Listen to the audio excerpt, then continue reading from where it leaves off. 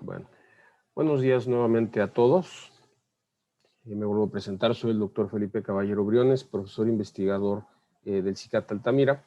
El día de hoy les vamos a hablar de algunas aplicaciones de la espectroscopía Raman.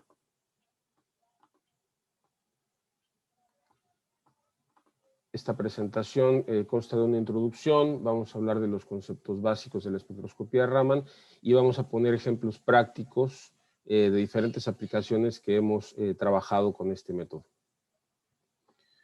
Bueno, la espectroscopía Raman o el denominado efecto Raman es una dispersión inelástica de un fotón. Esta es la definición, digamos, del libro. El efecto Raman fue descubierto por el profesor Chandrasekhar Raman y por ella obtuvo el Premio Nobel de Física. Entonces, la dispersión Raman tiene que ver que cuando la luz es dispersada por un átomo o molécula, la mayoría de los fotones son dispersados elásticamente en el llamado dispersión de Rayleigh, y los fotones dispersados tienen la misma energía, o sea, la misma longitud de onda que los fotones incidentes, ahí no hay pérdida de energía. Pero 1 en cada 10 a la 7 fotones, o sea, 1 en cada 10 millones de fotones, es dispersado a frecuencias diferentes. Hay un cambio en la frecuencia de los fotones incidentes. Entonces, este descubrimiento, como les decía, fue el que llevó al profesor Raman a obtener el Premio Nobel de Física. Como anécdota, ha sido uno de los premios Nobel más rápidamente otorgado con respecto al momento en que se hizo el descubrimiento. Bueno, pero esta definición del libro, pues vamos a ver qué significa. En términos prácticos, aquí tenemos un diagrama en donde tenemos una fuente de excitación, usualmente es un láser porque ya vimos en la definición que el efecto Raman ocurre una vez cada 10 millones de fotones. Entonces tenemos que tener un gran número de fotones incidentes sobre el material que queremos estudiar para poder colectar algunos fotones Raman de una manera práctica, ¿no? Entonces usamos un láser, que por definición es una fuente que proporciona una gran cantidad de fotones, y lo dirigimos sobre la muestra que nos interesa, que puede ser un sólido, un líquido o un gas. Puede ser un material amorfo, puede ser un material cristalino, etc. Entonces tenemos primero el fenómeno Rayleigh, que es el que mencionaba la definición, en el cual la luz es dispersada sin perder nada de su energía. O sea, la misma longitud de onda con la que excitamos, que pueden ser, por ejemplo, 532 nanómetros, o pueden ser, por ejemplo, 488 nanómetros, o pueden ser 632 nanómetros, que son algunos láseres típicos que se utilizan, y la radiación Rayleigh va a salir sin modificación, a la misma longitud de onda. Va a aparecer este pico aquí en 0, que corresponde a la longitud de onda de excitación. Es un pico muy intenso, aquí en este espectro ni siquiera se abarca por completo, prácticamente es sumamente alto, recuerden, es 10 millones de fotones por cada fotón Raman. Y tenemos aquí dos señales que salen. Tenemos una que es el llamado Raman Scattering Stokes y el llamado Raman Scattering Anti-Stokes. En el caso del Stokes, la frecuencia de la radiación incidente pierde un poco de energía, y en el caso de la radiación anti-Stokes gana un poco de energía.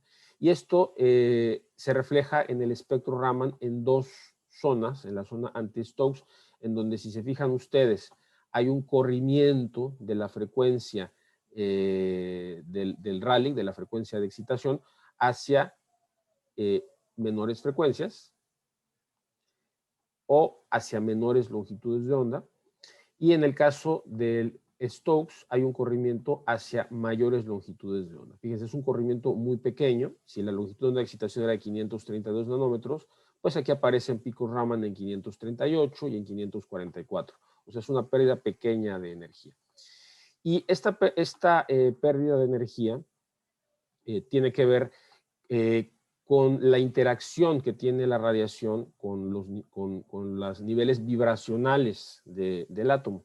Aquí hay un esquema en donde indica la longitud de onda de excitación, que es el láser pone los electrones del material, los pone en un estado energético superior, y cuando estos electrones regresan a su estado original, se emite la radiación Raman. ¿ok? No hay propiamente una absorción de la luz, como en el caso del infrarrojo, sino es una excitación que conlleva después una relajación y la emisión de los electrones Raman. Aquí se ve el caso del infrarrojo.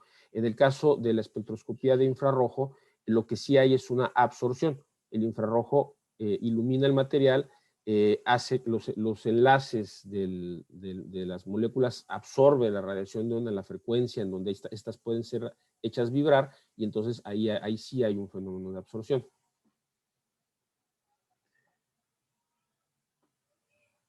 Ok, ay, perdón. Bueno, como normalmente esta definición, ay, no puedo poner los cuadritos acá arriba para que se estén quietos.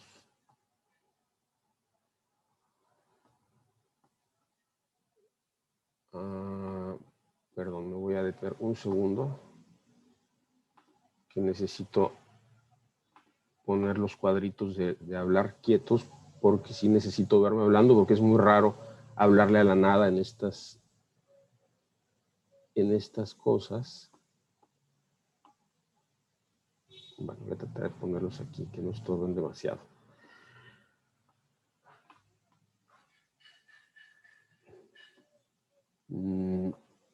Ok.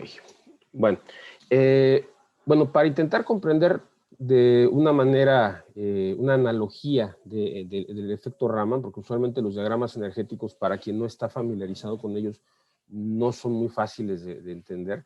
Elaboré esta analogía, que no está en los libros, pero que me pareció que podía ser útil.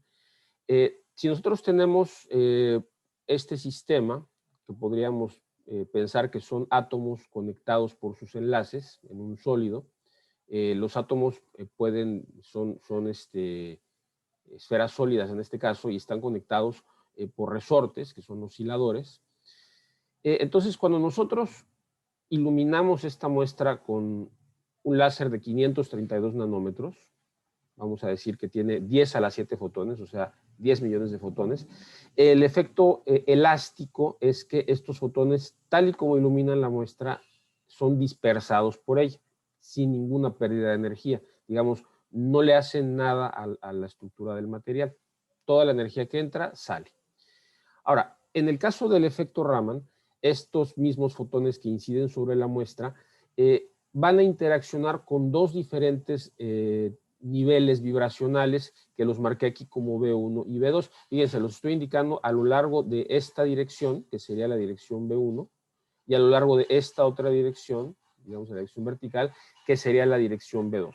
Entonces, cuando el láser interacciona con este material, fíjense que aquí lo puse como si hubiera una contracción de toda la estructura y una, digamos, deformación. Este ángulo está ligeramente rotado cuando el láser ilumina. Entonces, posteriormente, cuando este sistema se relaja, o sea, pasamos a este caso, tenemos la emisión de dos picos, uno por cada uno de los niveles vibracionales, de dos longitudes de onda, perdón, por cada uno de los niveles vibracionales, que serían a 538 nanómetros y a 544 nanómetros, como mostrábamos en el espectro de la figura anterior.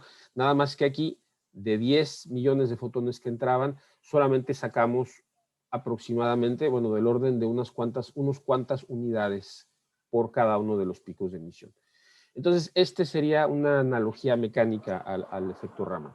Estos niveles vibracionales están determinados, son característicos de cada material, y están determinados por la propia estructura del material, o sea, cómo está organizado en el espacio, qué átomo se enlaza con cuál átomo, o sea, y entonces eso es lo que genera lo que se llama en física del estado sólido dispersión fonónica, o sea, cómo están, cómo a lo largo de qué caminos, digamos, pueden ocurrir estas vibraciones dentro de la red, ¿sí? Entonces, este sería una analogía mecánica, insisto, del efecto Raman. Bueno, a menudo hemos escuchado el comentario de que la espectroscopía Raman es complementaria a la espectroscopía infrarroja. Esto nos lo han dicho en los cursos de química, en los cursos de espectroscopía, pero bueno, vamos a ver en qué consiste esa complementariedad, ¿no? Normalmente aquí tenemos, de este lado izquierdo, perdón, tenemos diferentes grupos funcionales que se pueden presentar en las moléculas. Tenemos grupos OH, grupos amino, grupos metilo-metileno, grupos nitrilo, etcétera, ¿no? Cada uno de ellos en los espectros de infrarrojo aparece en una determinada región del espacio de frecuencias, ¿sí?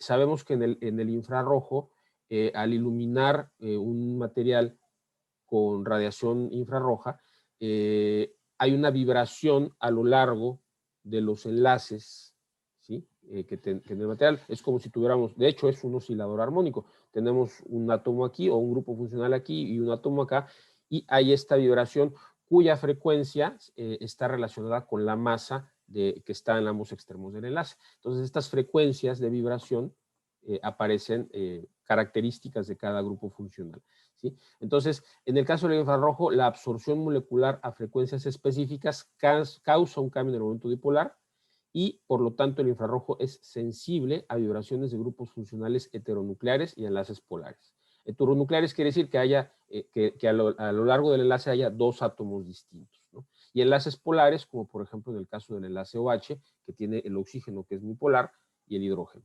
O el enlace amino, que también la nube de electrones se desplaza hacia un lado, ¿sí? Entonces, este es el caso de la absorción de infrarrojo. Ahora, en el caso del efecto Raman, este depende de la polarizabilidad de la molécula a las frecuencias a las cuales la molécula dispersa la radiación. Y entonces el Raman es sensible a los enlaces homonucleares, ¿sí?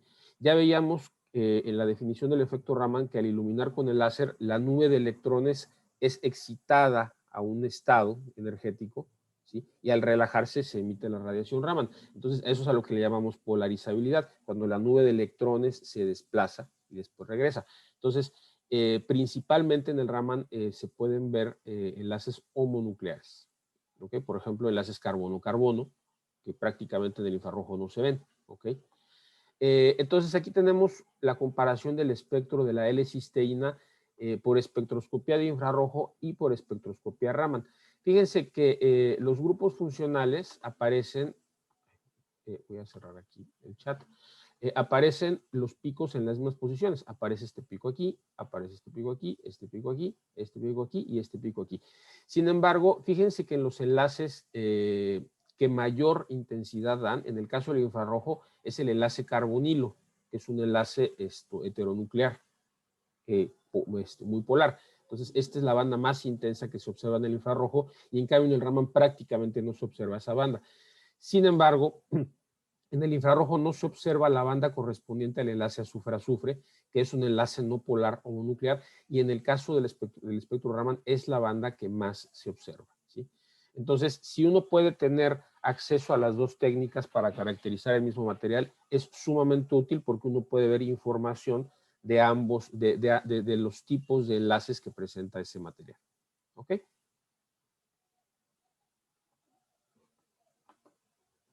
La siguiente. Ok. Este es un espectro Raman típico. ¿Qué suele tener un espectro Raman? Porque normalmente vemos los espectros y necesitamos conocer qué elementos tienen para saber qué información podemos extraer de él.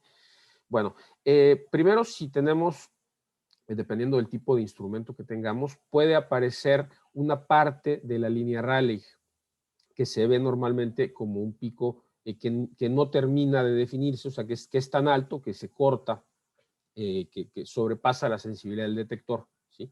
Este es el pico que aparece a un desplazamiento cero, que corresponde a la frecuencia del láser de excitación. Pero normalmente este pico es cortado en los instrumentos, ya que se necesita una gran sensibilidad para observar la débil señal Raman. Entonces, los instrumentos usualmente tienen un filtro que lo que hace es cortar aquí, ¿sí? Un tipo de filtro que puede ser un filtro de bandas o un filtro, lo que se llama un filtro notch, esa es la nomenclatura, ¿no? Entonces, estos filtros lo que hacen es cortar la radiación que viene aquí para que la línea blanca, la línea de excitación, perdón, la línea Rayleigh no estorbe, no haga pequeño todo el resto del espectro, ¿de acuerdo?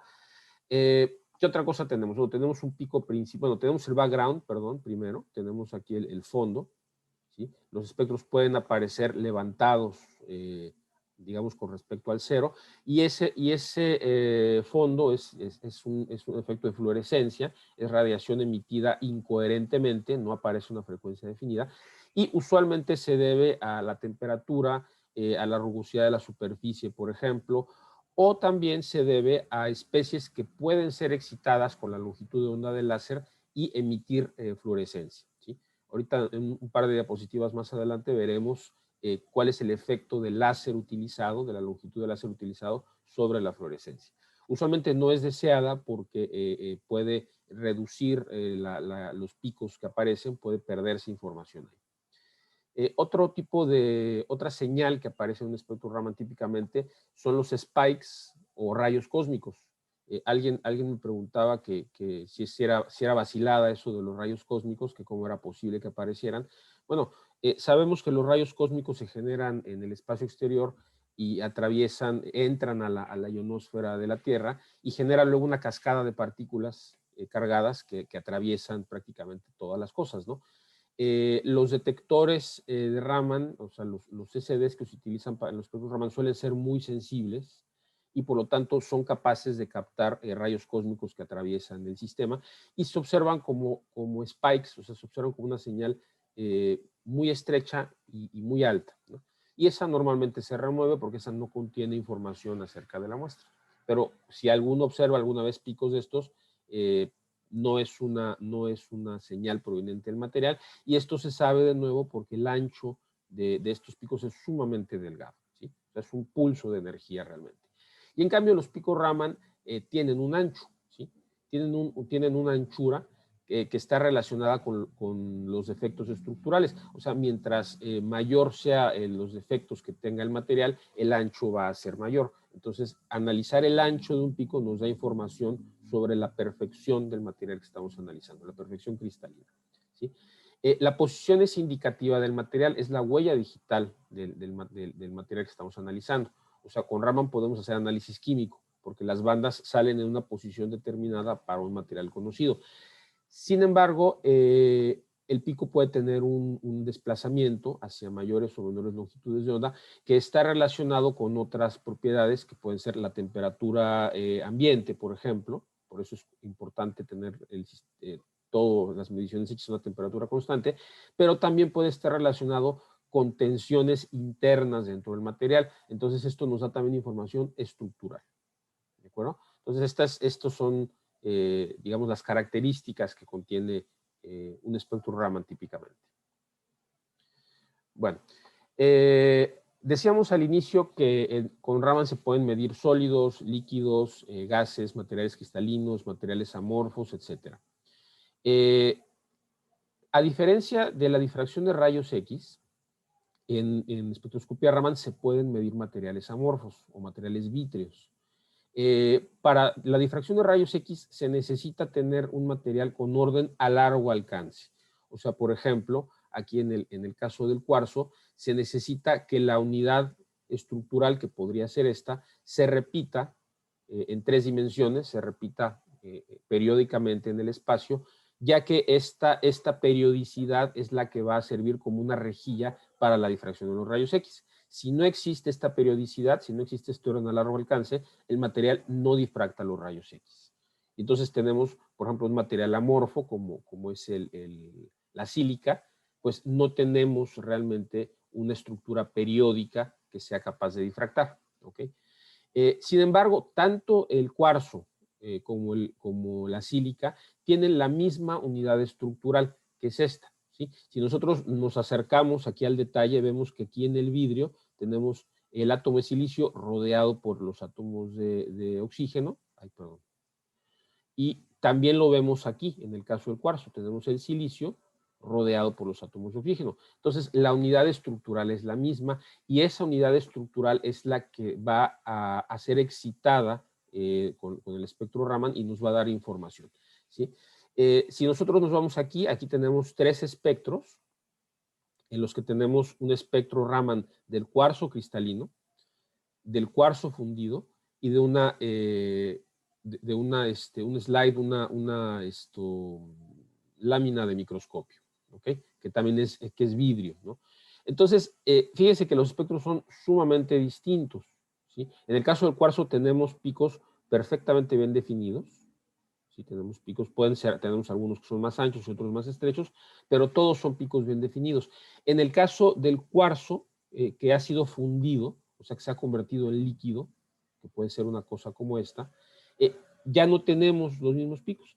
En cambio, aparecen bandas muy anchas, lo mismo que en el slide de microscopio, ¿no? En la lámina de microscopio, ¿sí?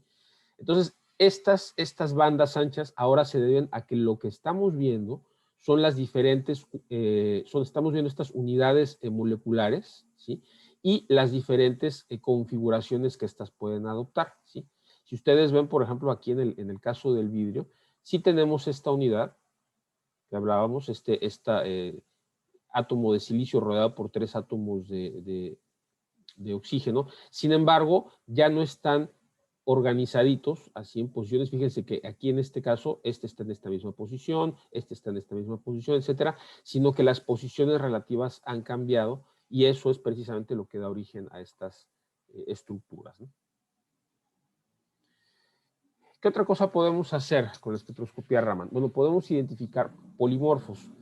Muchas veces tenemos que un mismo material cristaliza en 2 o en 3 diferentes formas cristalinas. Un caso típico es el óxido titanio. El óxido titanio tiene 3 polimorfos que son el rutilo, la anatasa y la bruquita. Aquí están 3 representaciones, las representaciones de las 3.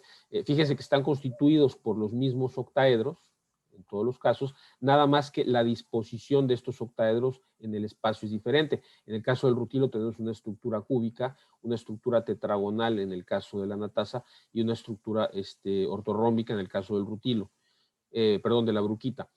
Entonces, los espectros Raman van a reflejar esa diferencia que hay entre las 3 estructuras. Fíjense, aquí están los 3 espectros que tienen picos característicos cada uno de ellos, ¿no? La anatasa y el rutilo se parecen bastante, ¿sí? Aquí tenemos, y en el caso de la bruquita, esta sí es completamente distinta, ¿no? Entonces, esa es una manera, insisto, de poder ver la polimorfos dentro de un mismo material. Ok. Esta gráfica la puse porque aquí se ilustran bastante bien los modos de vibración que se pueden presentar en un cristal. Aquí tenemos un cristal de óxido de zinc que cristaliza en la estructura gursita, o sea, es un cristal hexagonal en donde tenemos los planos de zinc aquí, los átomos de zinc aquí en este plano y en este plano y aquí intercalados, y tenemos los átomos de oxígeno. Si nosotros tomamos algunas de las porciones de esta estructura, por ejemplo, tenemos este de aquí, ¿sí? Que podría ser, fíjense, aquí tenemos zinc, oxígeno, que sería aquí zinc, oxígeno, y estos son los modos en los que al ser excitado con el láser, estos átomos pueden desplazarse. Tenemos que los átomos de zinc se desplazan en direcciones contrarias y también los átomos de oxígeno. Entonces, este es el llamado modo E2, low. También tenemos aquí otros modos de vibración, por ejemplo, el A1 transversal óptico, en el cual los átomos de oxígeno vibran hacia arriba, los dos paralelos, y en el caso de los átomos de zinc, los dos también vibran paralelos hacia abajo, ¿no? Y así tenemos los otros modos de vibración, ¿no? Tenemos el modo E1TO y el modo E2 high, que es diferente del E2 low, si ven, porque aquí los dos átomos de abajo vibran paralelos, los dos de arriba paralelos, y aquí no, aquí estos dos son antiparalelos y estos dos son antiparalelos. Entonces, la estructura cristalina tiene unos modos de vibración distintos que producen bandas distintas, que son características de esa estructura y con lo cual nosotros podemos identificar no solamente el material, es decir, tenemos óxido de zinc, sino podemos decir cuáles son las direcciones de vibración preferenciales debidas, por ejemplo, a defectos estructurales, debidas a impurezas, etcétera, etcétera. Entonces también podemos obtener información de impurezas, de defectos y todo lo demás. Otra cosa que se puede hacer en un espectrómetro Raman, si tenemos un microscopio y tenemos un tipo de detector de 2 dimensiones, es hacer un mapeo, ¿sí? Por ejemplo, aquí en estos espectros se está estudiando diferentes niobatos de litio que se utilizan para cátodos de baterías. Entonces aquí tenemos las señales de los niobatos, por ejemplo, estos dos son los del niobato y aquí tenemos el otro, ¿sí? El litio niobio 3 oxígeno 8. ¿Sí? Y entonces, estudiando la distribución de la señal, de esta señal en 2 dimensiones, nosotros podemos decir en qué parte del material, en qué parte de la superficie que estamos analizando tenemos este compuesto, el litio niobio 3 oxígeno 8. ¿Sí? Entonces, también podemos estudiar con resolución espacial en dónde está un material con inclusiones. ¿Sí? Aquí tenemos algunas fotos también, micrografías también de minerales. Por ejemplo, este es el mismo mineral estudiado por espectroscopía óptica y estudiado por espectroscopía Raman. Aquí vemos que tenemos una inclusión que no vemos en la microscopía óptica, y aquí en este otro material también podemos ver que esta inclusión está formada por diferentes materiales que pueden ser analizados por espectroscopía Raman. Entonces también se puede hacer mapeo. Hay una modalidad, bueno, habíamos comentado, lo hemos dicho varias veces, que la intensidad de las bandas Raman comparadas con la línea Rayleigh es muy baja, ¿no? También puede ocurrir que tengamos analitos que sean muy pequeños y que tengan muy poca intensidad, ¿sí? Cuando tenemos nanopartículas, cuando tenemos fármacos, cuando tenemos moléculas sueltas en una matriz, no tenemos mucha intensidad. Por ejemplo, aquí tenemos un espectro Raman, ¿sí? En el cual tenemos, fíjense, una señal de fluorescencia bastante grande y unos picos que están multiplicados por 100. O sea, aquí la intensidad que observamos está multiplicada por 100 del espectro original.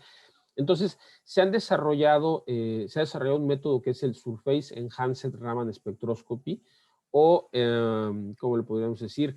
Intensidad incrementada por efectos de superficie, ¿sí? Esto se hace de 2 maneras, ¿no? Una manera es tener, por ejemplo, un sustrato nanoestructurado, ¿sí? En el que puede ser, por ejemplo, un sustrato muy rugoso, por ejemplo, de un metal, puede ser plata, puede ser oro, que tienen un campo eléctrico muy grande. Entonces, cuando el analito que nos interesa es absorbido, cuando lo que queremos analizar se absorbe sobre estos sustratos, el incremento en el campo eléctrico en el sustrato hace que la señal Raman se incremente muchos órdenes de magnitud o varios órdenes de magnitud. Y esto es lo que observamos aquí. Fíjense que el espectro, aquí en el espectro CERS, llamado CERS, que utilizó esta estrategia, los picos que teníamos, primero la intensidad es 100 veces mayor, porque este está multiplicado por 100, y luego las intensidades relativas de los picos aumentan. Y entonces la resolución de lo que podemos observar aumenta también. ¿Sí?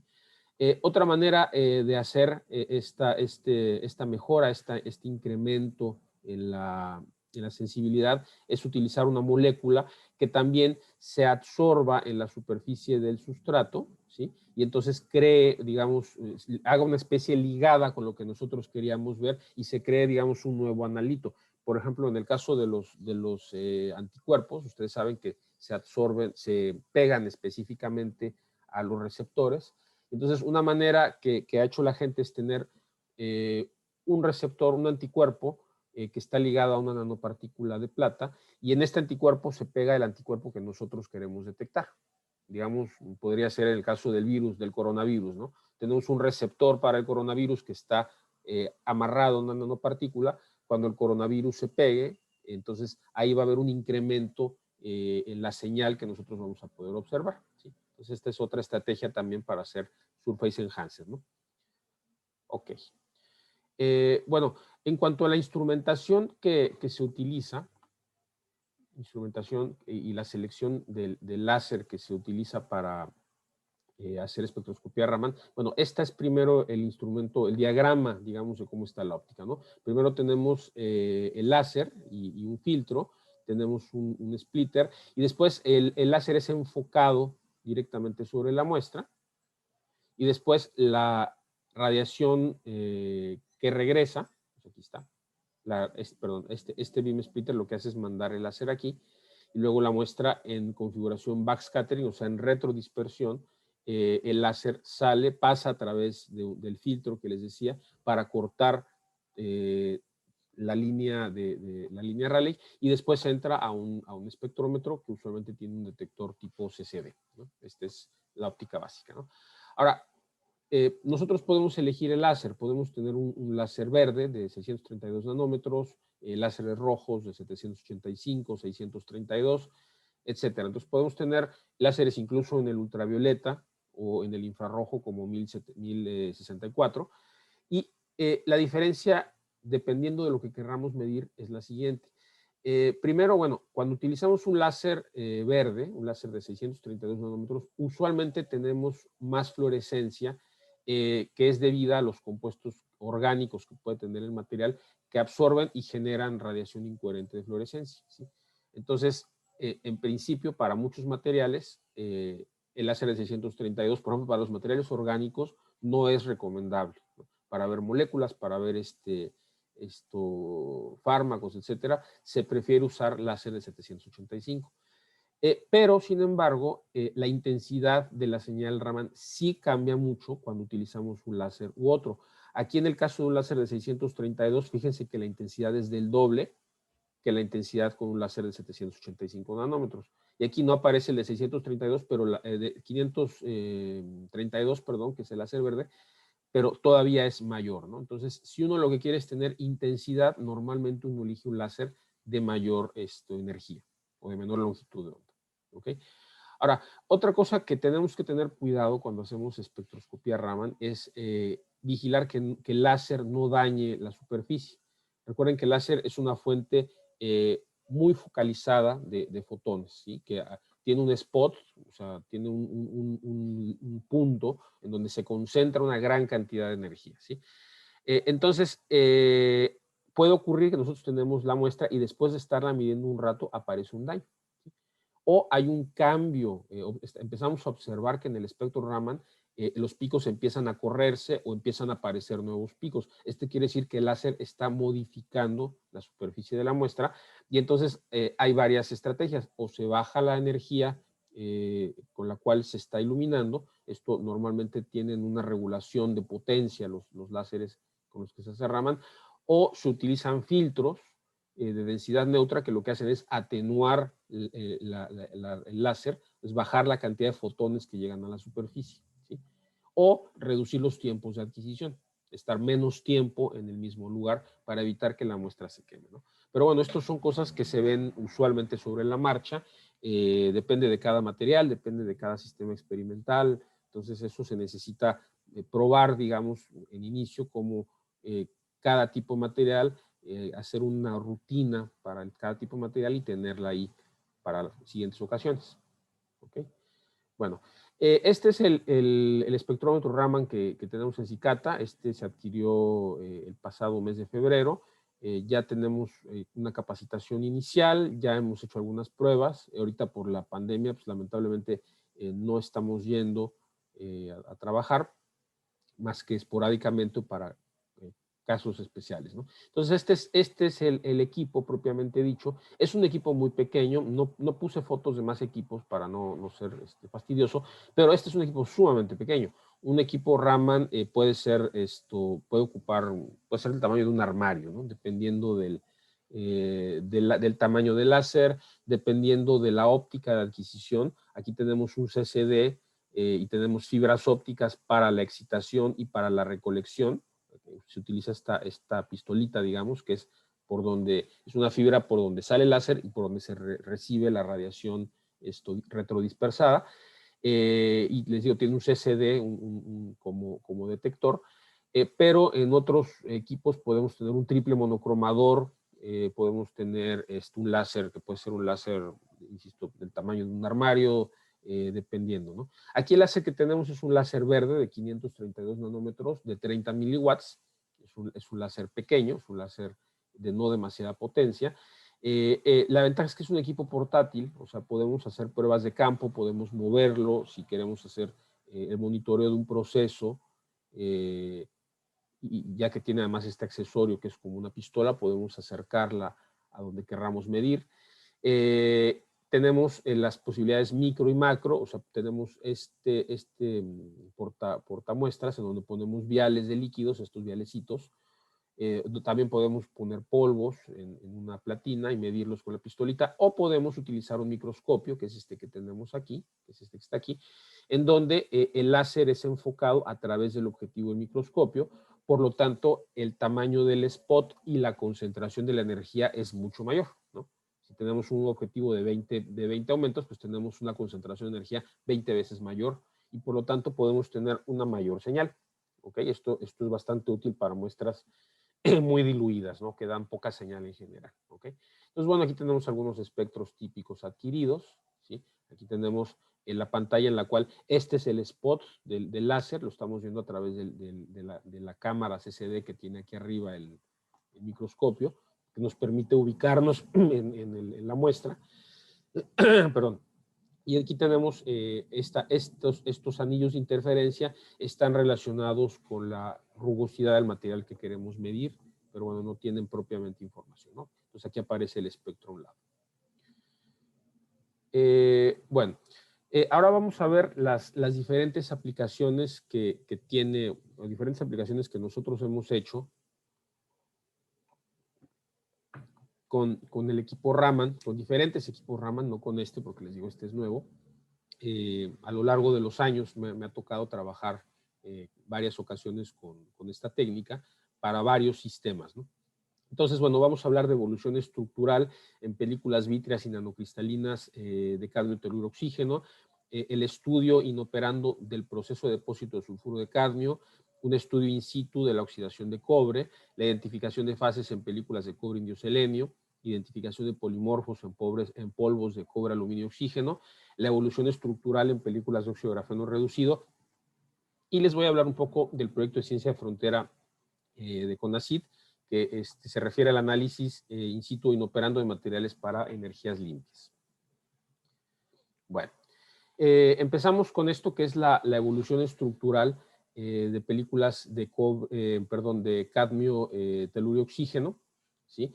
Estas películas se prepararon por el método de RF sputtering reactivo. Aquí lo que hicimos fue, bueno, utilizamos óxido nitroso como agente oxidante. El cadmio telurio es un material semiconductor que se utiliza para celdas solares, se utiliza para detectores. Entonces, en los años 90 había un gran interés en poder obtener este material oxidado, ya que se sabía que al oxidarlo el material se hacía transparente. Entonces, se esperaba que el material llegara a ser transparente y pudiera incluso ser conductor para poder tener celdas solares basadas únicamente en el sistema CDT, ¿sí? Entonces, hubo mucho trabajo, les digo, en los años 90 sobre este sistema. Yo hice la tesis de licenciatura en este sistema y de aquí salieron estos resultados. Entonces, al ir nosotros aumentando la presión parcial de óxido nitroso con la cual se alimentaba el sistema, entonces iba aumentando la cantidad de oxígeno en las películas, ¿okay? Teníamos aproximadamente de un 15% en las películas al inicio del proceso, o 0 cuando teníamos un blanco solamente de CDT y argón, y hasta aproximadamente un 60% de oxígeno. En este punto las películas son completamente transparentes, ¿ok? Aquí tenemos, estos son espectros de transmitancia de películas crecidas de CDT en diferentes condiciones, con diferentes presiones, con diferentes temperaturas, y entonces tenemos, digamos, absorbancias o anchos de banda prohibida que van desde el infrarrojo. Fíjense que aquí tenemos un espectro de transmitancia con un borde de absorción muy bien definido, que corresponde al CDT, y después conforme se va incorporando oxígeno, este borde de absorción se va corriendo hacia el azul, o sea, hacia menores longitudes de onda, o sea, el material se va haciendo transparente en la región visible del espectro, hasta que llegamos a tener abajo, ya en el ultravioleta, abajo de 400 nanómetros, y entonces el material es completamente transparente en el visible. Entonces esto también era muy interesante pensando en hacer, por ejemplo, filtros, hacer moduladores ópticos, etcétera. Entonces por eso era muy interesante entender cómo evolucionaba estructuralmente el material conforme se le incorporaba oxígeno. Bueno, Entonces, algunos de los estudios que hicimos fue estudiar el material a diferentes temperaturas de crecimiento, porque se sabía que cuando se hacía temperatura ambiente, las películas de plano se hacían completamente amorfas, o sea, no daban nada de señal de difracción, y entonces lo que hicimos fue crecer el material a dos temperaturas, a 300 grados y a 500 grados, utilizando dos diferentes potencias de sputtering, 400 y 550 voltios. Entonces, cuando se crece a temperaturas a la menor temperatura, digamos, pues vemos que el material se va haciendo amorfo, ¿sí?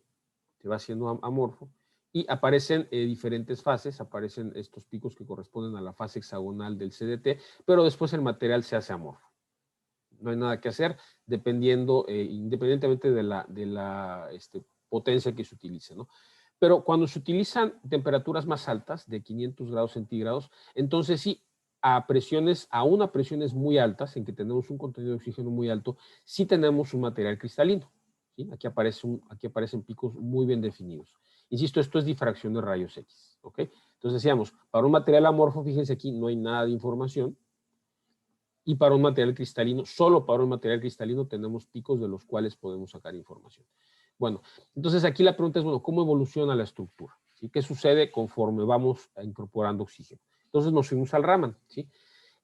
Antes que eso, bueno, es importante saber, voy para acá, es importante saber que el cadmio es un metal, es un elemento de transición. El cadmio se presenta únicamente como cadmio 2+, o sea, solamente puede formar dos enlaces, ¿no? Sin embargo, el telurio tiene dos estados de oxidación principales, que son telurio -2 y telurio +4, ¿sí? Entonces, cuando está como telurio +4, puede formar una serie de estructuras, que son estas que se muestran aquí. Fíjese que el telurio, que tiene un par de electrones no compartidos, forma esta estructura que se llama pirámide trigonal, en la cual tenemos el telurio en el vértice, con sus dos electrones sin compartir, y tres enlaces hacia la parte de abajo, ¿sí? O puede formar esta otra estructura en la cual comparte aquí, ¿sí? Y estos forman lo que se llama una estructura trigonal bipiramidal, ¿sí? Dentro de estas mismas tenemos dos tipos de oxígeno. Tenemos lo que se llaman los oxígenos que hacen puente, los bridging oxygens, que son son oxígenos a través de los cuales esta unidad se conecta con la siguiente y luego con la siguiente y luego con la siguiente, o oxígenos de no puente o non-bridging oxygens, que son oxígenos terminales, o sea, ahí termina el enlace y ya no hay nadie después, ¿no? Y aparte los pares sin compartir del telurio, ¿no? Entonces, estas estructuras son las que pueden llegar a formar diferentes compuestos cristalinos, como el niobio teluro oxígeno 11 o el zinc 2 telurio 3 oxígeno 8, ¿sí? No había reportados con cadmio, pero estas mismas estructuras pueden formar estos compuestos cristalinos. Pero, ¿qué pasa en el caso de los amorfos? Bueno, vamos a ver aquí en el caso de los amorfos qué sucede. Con esto de las fotos. Bueno, aquí publicamos dos artículos en los cuales en el primero estudiamos la estructura, cómo variaba la estructura del material conforme nosotros íbamos añadiendo oxígeno, ¿sí? Esta es la estructura del material cada vez con más oxígeno de A a B a C. Cuando tenemos poco oxígeno, tenemos estos picos grandes de aquí que corresponden a las vibraciones del material cristalino que todavía está ahí, el cadmio telurio, y cuando nosotros añadimos mucho oxígeno, lo que tenemos son bandas muy anchas. Recuerden cuando mostramos el caso de la sílica o del cuarzo fundido, se forman bandas anchas y ya no están bien definidas. Entonces, haciendo un procedimiento de análisis de las bandas que hay debajo de aquí aparecen hacemos una deconvolución, ¿sí? En donde aparecen estas bandas, ¿ok? Ahora, estas bandas nosotros pudimos asignarlas a las diferentes estructuras moleculares que están aquí, ¿sí? Podemos tener las bandas del CDT, que eran estas principales que les decía, pero también tenemos las bandas de las estructuras de telurio oxígeno 2 y de telurio oxígeno 3 que les mostraba en la figura anterior, ¿ok? Ahora, cuando hacemos esto mismo, pero variando la temperatura del sustrato, fíjense también, hay una variación importante, ¿sí? Aquí tenemos los espectros Raman de dos compuestos cristalinos patrón. Los compramos y los medimos, el teluroxígeno 2 y el CdTO3, que dan picos muy definidos. Y después, conforme incrementamos la temperatura del sustrato, fíjense que hay una variación, ¿sí? Por ejemplo, esta banda empieza a aumentar de aquí. Estas bandas también empiezan a aumentar conforme aumentamos la temperatura del sustrato, ¿sí? O sea, hay una evolución estructural. Y después, sumarizando esa evolución estructural o haciendo un resumen de esa evolución estructural, aquí lo que observamos es cómo cambia la posición de las bandas, ¿sí? Con respecto a la temperatura del sustrato y cómo cambia la relación que hay entre bandas de teluro de oxígeno 3 y teluro de oxígeno 4, ¿sí? Entonces, fíjense, esto nos indica que conforme aumenta la temperatura del sustrato, hay más teluro de oxígeno 3, o sea, se va incrementando esta relación. Y que la posición de esta banda también se mueve hacia mayores números de onda conforme nosotros aumentamos la temperatura del sustrato. Entonces, en resumen, esto lo que nos termina diciendo es que las películas preparadas a temperatura ambiente tienen una mezcla de unidades estructurales como TO2 y CdTO3 amorfo. Cuando incrementamos la temperatura tenemos una cristalización y hay una evolución en la microestructura de este tipo de bandas, TO4, hacia bandas TO3 que tienen unidades como TO3 2-, TO3 2-5, y finalmente el cadmio oxígeno puede ser el puente entre estas unidades que sea la que dé como resultado la formación de un tipo vítreo, ¿no? Entonces, nuestros resultados al final indicaron que podemos obtener películas con una microestructura controlable, ¿sí? Podemos variar temperatura del sustrato o la presión del oxidante y podemos nosotros controlar la estructura de estos materiales, ¿no? Lo cual siempre es importante si uno quiere hacer dispositivos. Bueno, este es el ejemplo. Ahora, también tenemos este otro, que es el diagnóstico inoperando del depósito de sulfuro de cadmio por baño químico. El crecimiento de películas por baño químico, estas son películas de sulfuro de cadmio con diferentes tiempos de crecimiento, ¿sí?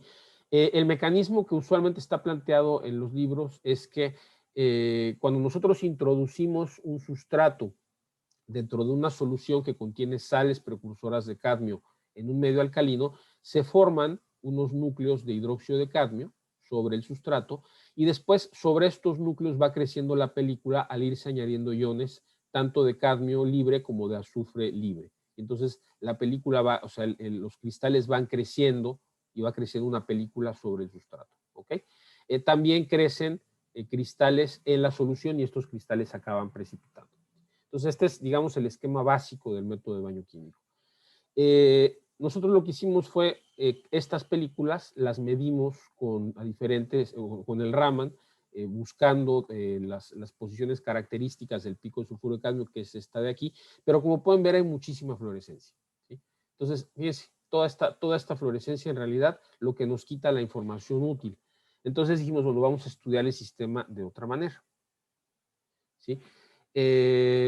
Antes de esto, bueno, les muestro, estas son las ecuaciones químicas que rigen la formación de sulfuro de cadmio por baño químico. Tenemos, les decía, una sal precursora de cadmio en medio alcalino, se forman hidróxidos de cadmio, luego al añadir amoníaco se forma un complejo aminocadmio, ¿sí? Este complejo es soluble, entonces el cadmio está, digamos, atrapado en ese complejo en la solución, y este complejo se va descomponiendo, se va liberando amoníaco, y entonces el cadmio va quedando libre para reaccionar con el azufre. El azufre proviene de la tiourea, que es esta especie, y en medio alcalino la tiourea va dando lugar a iones sulfuro libres, ¿sí? Entonces se va liberando lentamente el cadmio conforme se descompone este complejo y se va liberando lentamente el azufre conforme se descompone este otro material para al final poder reaccionar el azufre con el cadmio y obtener el sulfuro de cadmio en película. Bueno, sin embargo, en ninguno de estas ecuaciones está el nitrato, el ion nitrato, que proviene de aquí del nitrato de amonio. Pero se conoce que el ion nitrato es capaz de formar complejos aquí, ¿sí? Este tipo de complejos, aparte del amoníaco, puede haber aquí un ion nitrato o un ion hidroxilo completando el complejo y haciéndolo más complicado en realidad. Pero entonces quisimos ver, bueno, cuál es el rol del ion nitrato y si este podía funcionar para estudiar la cinética de crecimiento. Bueno, entonces lo que hicimos fue medir una solución de nitrato de amonio en diferentes concentraciones, ¿sí? Entonces aquí tenemos que la solución de nitrato de amonio, primero medimos el nitrato de amonio sólido, bueno, es este, da una señal, da un pico Raman muy, muy bien definido, y al estar en solución también, al estar en solución, este es el pico Raman más intenso, cuya intensidad depende linealmente de la concentración. Fíjense, aquí graficamos la concentración que nosotros metimos de nitrato de amonio y la intensidad del pico Raman, ¿sí? Entonces, quiere decir que si nosotros monitoreamos la intensidad del pico, esta es lineal con respecto a su concentración. Y entonces lo que hicimos fue, durante un proceso de baño químico, esto ocurre, fíjense, durante 270 minutos, varias horas, 6 horas, tenemos la película creciendo, y entonces en esas 6 horas, en esta línea roja, nosotros tenemos cómo el espesor de las películas empieza a aumentar, ¿sí? Aquí tenemos el espesor de unas cuantas decenas de nanómetros hasta unos pocos cientos de nanómetros, y es un proceso que arranca lentamente, tiene una zona exponencial, y después el espesor digamos, deja de aumentar, ¿sí? Es una curva atenuada donde deja de aumentar. Y entonces, bueno, esto se hace ex situ, se mide el espesor de las películas sacadas a diferentes tiempos. Pero haciéndolo in situ, lo que hicimos fue, durante el proceso fuimos tomando alícuotas de la solución medida y fuimos midiendo el pico Raman. Y entonces aquí en el pico Raman del nitrato vimos cómo inicialmente hay una caída fuerte de la concentración del ion nitrato, que coincide con el arranque del proceso, que es cuando se forma el complejo y empieza a descomponerse el complejo para liberar iones cadmio, y después su concentración se mantiene estable durante un tiempo que corresponde a la fase exponencial del proceso de crecimiento, y después va aumentando nuevamente la concentración del ion nitrato hasta llegar prácticamente a la concentración que tenía al inicio. Esto nos indica que el nitrato no entra en la película. No hay reacción, digamos, con la película, sino que es un intermediario que está relacionado con el complejo del cual va saliendo el cadmio, ¿sí? Entonces, esto fue un experimento muy interesante. Todavía está en proceso el análisis de estos resultados para publicarse, pero bueno, tenemos una cosa bastante interesante, que es el estudio in situ de un proceso de depósito. Bueno. Otra aplicación que tenemos aquí es el estudio in situ de la oxidación electroquímica del cobre. Estudiar la oxidación de los metales, bueno, pues es muy importante desde el punto de vista de la corrosión, de la protección, de la formación de recubrimientos funcionales. En este caso, a nosotros nos interesaba no la parte de la corrosión, sino la parte de crecer películas de óxido de cobre sobre cobre. El óxido de cobre es un material semiconductor tipo P, entonces nos interesaba cómo se formaba con las condiciones electroquímicas. Entonces el experimento que hicimos fue hacer una celdita electroquímica en una caja de Petri, en la cual tenemos un disco de cobre de alta pureza como electrodo de trabajo, un anillo de platino como contraelectrodo o electrodo auxiliar, y un pequeño electrodo de plata, crudo de plata, como electrodo de referencia. Y entonces esta celdita, con una solución de hidróxido de sodio 0.15 molar, la pusimos debajo del microscopio Raman, ¿sí? Y aquí tenemos, este es el experimento, este videíto, así se ve, ¿sí? Aquí se ve el haz, fíjense, es sumamente intenso el haz del láser. Aquí tenemos el electrodo de trabajo, aquí tenemos los electrodos que van saliendo para conectarse al potenciostato, ¿ok? Entonces, aquí la idea era intentar estudiar con el tiempo, conforme el tiempo, cómo se iba oxidando el cobre. Bueno, ¿qué salió de ahí? Bueno, antes que nada es interesante estudiar la oxidación, o sea, la electroquímica del cobre en medio alcalino. Si nosotros hacemos digamos, ponemos un electrodo de cobre puro o metálico en un medio 0.15 molar de hidróxido de sodio y hacemos un barrido de potencial electroquímico en dirección primero anódica, o sea, movemos el potencial en esta dirección. Ay, perdón, ya se movió esto. Así, hacia positivo, nos vamos moviendo, Aquí en este círculo primero aparecen estos hombros y este pico de aquí, después aparece este pico, después hay un plató, y cuando regresamos tenemos una zona en la que no hay ningún fenómeno electroquímico, es una zona de pasivación, y después tenemos un pico de reducción y otro pico de reducción, ¿sí? Este es lo que se llama el diagnóstico del sistema por voltametría cíclica, y que nos permite conocer cuáles son los procesos que ocurren en el material. O sea, primero, tenemos una absorción aquí de agua y de hidróxidos a estos potenciales. Posteriormente tenemos la formación de óxido de cobre 1, o sea, de óxido de cobre 1. En estos dos picos la formación de óxido de cobre 2, y después tenemos aquí la formación de una capa pasiva, que cuando regresamos se reduce y volvemos al electrodo metálico, ¿ok? Entonces este es como ocurre el sistema. A nosotros, como nos interesaba este óxido, entonces el experimento que vimos en la diapositiva pasada lo hicimos fijando el potencial aquí, más o menos, ¿ok? Para poder ver cómo el óxido iba creciendo con el tiempo de depósito. Y vamos a ver qué observamos. Bueno, primero, bueno, hicimos un crecimiento del sistema, perdón, esto de las fotos, muy latoso. Primero lo que hicimos fue preparar una capa de óxido de cobre, ex situ, digamos, y medirla, o sea, durante 60 minutos, y luego medirla a este potencial. Fijamos este potencial y lo medimos primero usando el objetivo de 50x, 50 aumentos, y después el objetivo de 100 aumentos, con una potencia de 1 watt, o sea, con todo lo que daba el material, ¿no? Y tomando 120 segundos de adquisición durante 2 o 3 veces. Y lo que vimos fue un montón de ruido. Fíjense, estos spikes son los rayos cósmicos que les comentaba al inicio, ¿sí? Y esta es la única señal que tenemos relacionada con el óxido de cobre. Es muy débil. Y aquí dicen ustedes estos picos. Bueno, estos picos resulta que son el agua que también se ioniza, ¿no? Entonces estos picos no nos interesan, ¿ok? Bueno, entonces esta condición no nos funcionó. Bueno, entonces, ¿qué fue lo que hicimos después? Lo que hicimos fue usar un sustrato CERS. Recuerdan que les contaba lo del Surface Enhanced Raman Spectroscopy.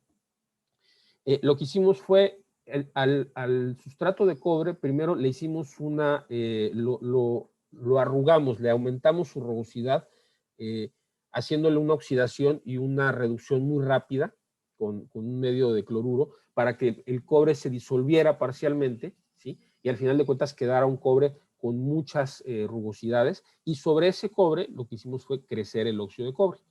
Fíjense el incremento de la señal que obtuvimos, ¿sí? Al menos 5 veces aumentó la señal, ¿sí? Cuando usamos este sustrato. Bueno, entonces a partir de aquí ya utilizamos este sustrato. Decidimos que ya no íbamos a cambiarlo, y entonces lo que hicimos fue probar ahora diferentes condiciones de láser, también para evitar que el óxido de cobre 1 se oxidara a óxido de cobre 2, que eso no nos interesaba que ocurriera. Entonces, pues empezamos con potencias bajitas, y al usar estas potencias bajitas de 0.8 miliwatts, de 1.5 miliwatts, realmente no vimos nada. Tuvimos que irnos hasta 5.8 miliwatts y empezar a ver una primera señal. Este es un rayo cósmico otra vez. Y acabamos en la potencia de 14.5 miliwatts, en donde se observaba, ya se observaba bien la formación, bueno, el óxido de cobre, ¿sí? Y bueno, entonces estas fueron las condiciones, ¿no? Después lo que hicimos, bueno, fue medir el cobre, que como ven no da prácticamente nada, el óxido de cobre 1, que da estas señales perfectamente definidas, que están acorde a lo reportado en la literatura, y el óxido de cobre 2, ¿sí? Que aquí ya aparece este pico y esta banda de aquí. Entonces podemos diferenciar los 3 tipos de óxidos, ¿de acuerdo? Entonces este fue el experimento in situ. Bueno, el siguiente ejemplo es la identificación de fases en películas de cobre indio selenio. El cobre indio selenio es un material que se utiliza también para hacer celdas solares de película delgada. Es un semiconductor tipo P. Nada más que es un semiconductor ternario. Entonces, normalmente cuando trabajamos con semiconductores ternarios, a diferencia, por ejemplo, del sulfuro de cadmio o del óxido de cobre, aparece una serie de fases binarias que suelen ser perjudiciales para el desempeño del material. Por ejemplo, si nosotros queríamos obtener cobre indio selenio 2, pueden aparecer también cobre indio o indio selenio o cobre selenio. Y todas estas fases le ocasionan perjuicios a la celda solar porque unas son conductoras o unas son aislantes y entonces esto ocasiona que la eficiencia de las celdas preparadas baje, ¿no? Bueno, entonces primero nosotros estudiamos la electroquímica, ¿no? Entonces la electroquímica nos decía que hay, cuando hacemos una solución que contiene los iones cobre, iones selenio, iones indio, tenemos este patrón, y cuando las hacemos por separado, tenemos solo cobre, el cobre solamente, que es este rojo, tiene un pico aquí de reducción. Cuando tenemos selenio, el pico de reducción aparece por aquí, y cuando tenemos indio, el pico aparece ya en potenciales muy negativos, ¿sí? A partir más o menos de aquí, empieza a aparecer la oxidación del indio.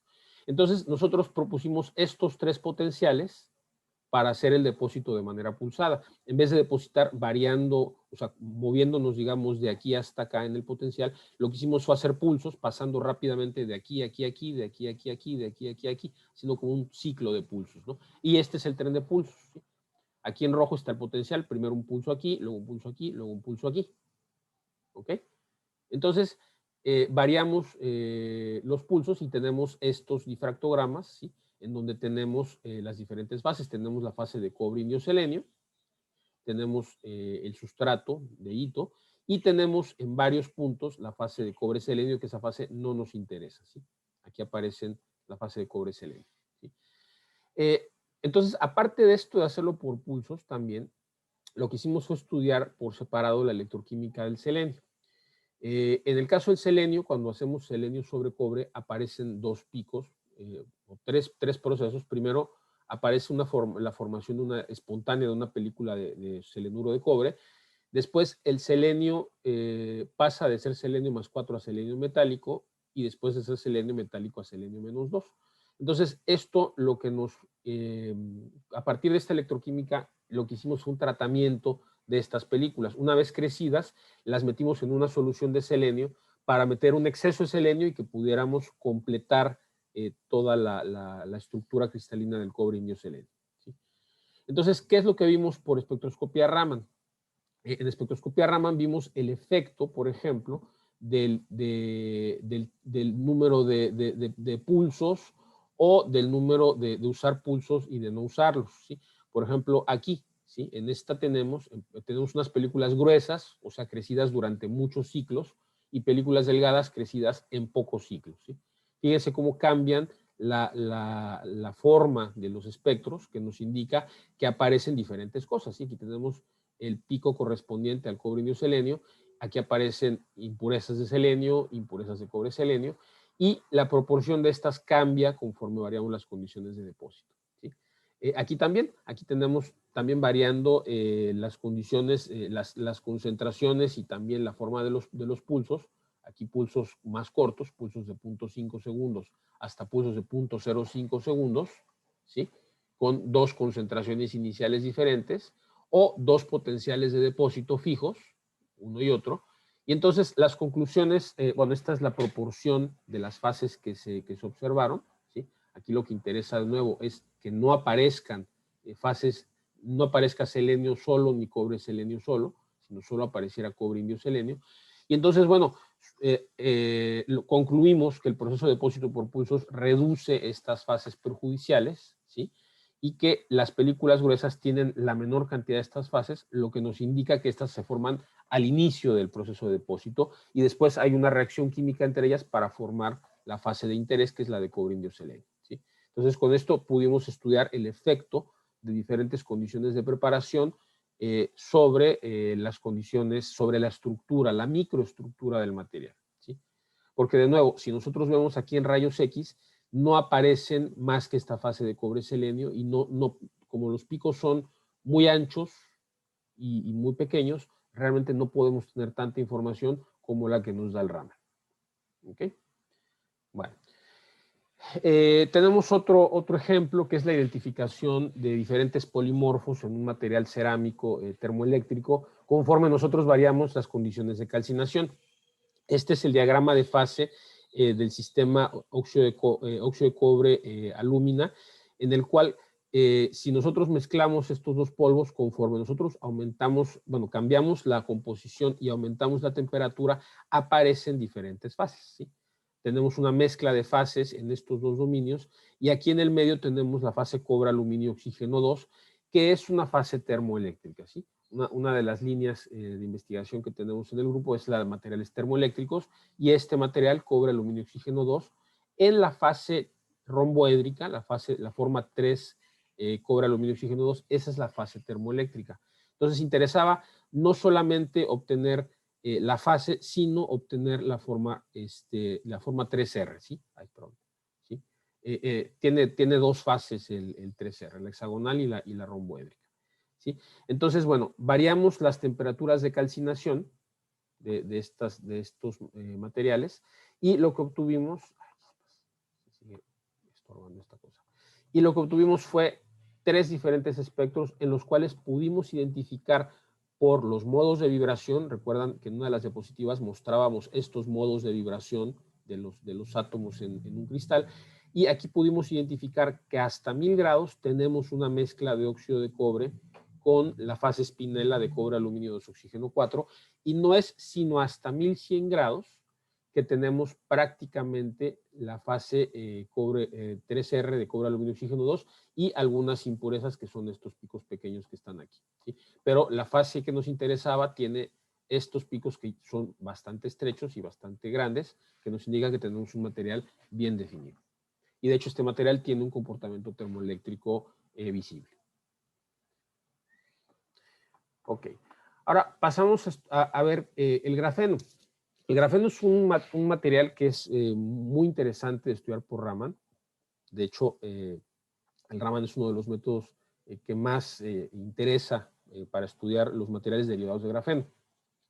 Ustedes saben que el grafeno es un material bidimensional formado únicamente por átomos de carbono que están organizados hexagonalmente como si fueran un panal de abejas.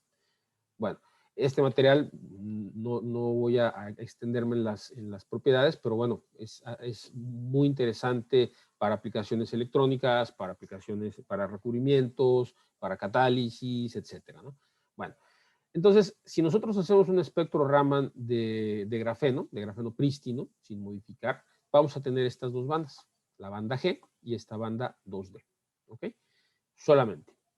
¿De dónde provienen estas bandas? Bueno, el pico G, porque este es un pico más que una banda, proviene de estas oscilaciones. Fíjense, tenemos que los átomos de carbono en el mismo plano oscilan antisimétricamente, así.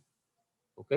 Y también tenemos esta otra, que son los átomos que oscilan en esta dirección. ¿Ok? Ahora, en el caso de la banda D y la banda 2D, aquí la banda 2D, aparece a partir de los anillos respiran hacia adentro. ¿Ok? Entonces, esas son las vibraciones que le dan origen a la banda D. Muy bien. Ahora, ¿qué pasa con el óxido de grafeno? Bueno, el óxido de grafeno sabemos que es un derivado del grafeno que proviene de la oxidación del grafito. Vamos a ver así. Que proviene de la oxidación del grafito. ¿Ok? Cuando nosotros oxidamos el grafito, esto lo hacemos en un medio altamente oxidante, con permanganato de potasio, con ácido sulfúrico, con nitrato de sodio, tenemos un cambio muy importante en la estructura. Recuerdan que en el grafeno teníamos una única banda, que era la banda G, y ahora tenemos un montón de bandas. Tenemos dos grupos de bandas, el grupo de la banda D y el G, perdón, y el grupo de la banda D. Pero resulta que debajo de la banda D hay una serie de bandas también, y debajo de la propiamente dicha banda G también hay la banda G y otras bandas asociadas que están relacionadas con cómo se van acomodando los grupos oxigenados sobre la matriz del grafeno. Fíjense, este es un trabajo que no es nuestro, que lo que fue mostrando es conforme se va oxidando controladamente el material, esto se hizo en vapor de agua, y fueron midiendo in situ Raman, y pronto poniendo un modelo, ¿no? La hoja de grafeno va acomodando los grupos oxigenados, ¿sí? Y se forma una banda D claramente definida que depende de dónde están estos grupos y la banda G. Y conforme van colocándose cada vez más oxígenos en la superficie. Entonces, esta banda D va dando lugar a bandas D adicionales, ¿sí? Porque obviamente cada grupo de defectos tiene una frecuencia de vibración diferente, ¿ok? Entonces, este es el espectro típico del óxido de grafeno. Ahora, una de las aplicaciones que más le interesa a la gente, el Raman para materiales grafénicos, es medir el tamaño de cristalito. Bueno, el tamaño de cristalito es una cosa que en difracción de rayos X tiene un significado propio. En difracción de rayos X dijimos que tenemos un material con orden a largo alcance, o sea, tridimensional. El cristal es un cristal tridimensional. Y entonces los planos cristalinos se acomodan como una rejilla, ¿no? Y las zonas, los grupos donde el material tiene la misma orientación se le llaman cristalitos, que es diferente del grano. El grano tiene muchos cristalitos, entonces cada cristalito ese es el que se mide por rayos X. En el caso del grafeno y del óxido de grafeno son materiales bidimensionales. No podemos hablar del cristalito en el mismo sentido que en un material sólido, que es un material tridimensional. Aquí hablamos de cristalitos como dominios en la hoja, ¿sí? En los que la hibridación SP2 es predominante, ¿sí? Como aquí, ¿de acuerdo? Estos bolitas pretenden representar zonas en donde están bien definidos los grupos de grafeno, o sea, donde están bien definidos los hexágonos, digamos, ¿no? En cada uno de estos, ¿no? Y entonces esto por Raman, lo que hace el Raman es medir la magnitud de estos dominios, ¿no? ¿Ok?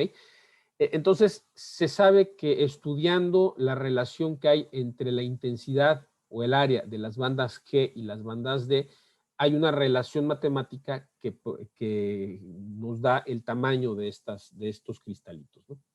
Bueno, entonces lo que hicimos fue estudiar con dos láseres de diferente longitud de onda, de 488 nanómetros y de 632 nanómetros, o sea, con una longitud de onda corta y una longitud de onda más larga, estudiar el óxido de grafeno y calcular el tamaño de cristalito.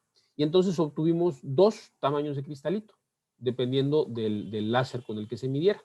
Con el láser de menor longitud de onda vimos cristalitos pequeños, como estos, y con el láser de mayor longitud de onda vimos cristalitos grandes, como estos, ¿sí? Entonces, y cuando hicimos el equivalente, tomando el pico de difracción del óxido de grafeno, para querer calcular el tamaño de cristalito, que no es exactamente correcto, pero se puede, digamos, asumir, pues tenemos un tamaño de cristalito más cercano al medido por el Raman de menor longitud de onda, ¿no? Entonces, también es útil para medir esta magnitud, el orden y el tamaño de cristalito, nada más que hay que tener cuidado sobre qué es físicamente lo que está uno midiendo, ¿no? Bueno, el óxido de grafeno, bueno, es un material muy interesante porque sirve como plataforma para hacer otros materiales. El óxido de grafeno se puede decorar con nanopartículas, se puede funcionalizar con moléculas y también se puede reducir para obtener un material con propiedades muy cercanas a las del grafeno, ¿sí? Entonces, en la literatura hay un montón de reportes de procesos de reducción del grafeno y cómo mejoran las propiedades del óxido de grafeno reducido con la reducción. Y bueno, aquí lo que hicimos nosotros fue estudiar cómo variaba la estructura de ese óxido de grafeno reducido conforme se reducía con diferentes antioxidantes comerciales. ¿Sí? Por ejemplo, ustedes conocen el omega 3, el resveratrol, que son suplementos alimenticios antioxidantes. Lo que hicimos en ese trabajo fue utilizar estos suplementos para reducir el óxido de grafeno. ¿Okay? Aquí les decía, esta es la diferencia. Este es el grafeno, que es, acuérdense que el grafeno es cada hoja individual del grafito, ¿sí? El óxido de grafeno proviene de la oxidación del grafito, ¿sí? Se generan grupos funcionales como carboxilos, epoxis, hidroxilos, y la reducción lo que hace es quitar estos grupos oxigenados, pero esta reducción genera una serie de defectos, ¿sí? Cuando nosotros sacamos, por ejemplo, este epoxi de aquí, creamos un agujero, ¿sí? Cuando quitamos algunos de los grupos terminales, pues también perdemos parte de los carbones, ¿sí? Entonces, sí se restablece parcialmente la estructura SP3, pero también quedan una serie de defectos, ¿no? Entonces, esto es lo que la gente le sorprende muchas veces cuando hace el análisis de la intensidad D sobre la intensidad G, porque conforme se reduce el material, esta intensidad aumenta. Entonces la gente dice, pero si estoy reduciendo, ¿cómo puede ser que aumenten los defectos? Sí, aumentan, porque entonces estamos quitando átomos y estos átomos crean defectos, ¿ok? Entonces, bueno, lo ideal es que la reducción conllevara a un incremento del orden, porque este incremento del orden es el que mejora las propiedades eléctricas. Entonces, lo que hicimos fue estudiar, les decía, estos 4 antioxidantes, y por rayos X lo que vimos fue esto, ¿no? Teníamos el óxido de grafeno de partida, que tiene un pico bien definido aquí, y después, conforme fuimos oxidando, se obtienen estos halos, señales anchas que se llaman halos, no son bandas. Y aquí al final, cuando utilizamos este antioxidante, que es la astaxantina, tenemos un halo mucho más definido, que es prácticamente un pico, tiene un máximo claramente definido, que es prácticamente cercano al grafito. Esto lo que nos indicaba es que al utilizar astaxantina, el material se ordena, ¿ok? Entonces, bueno, ¿qué fue lo que vimos en el Raman?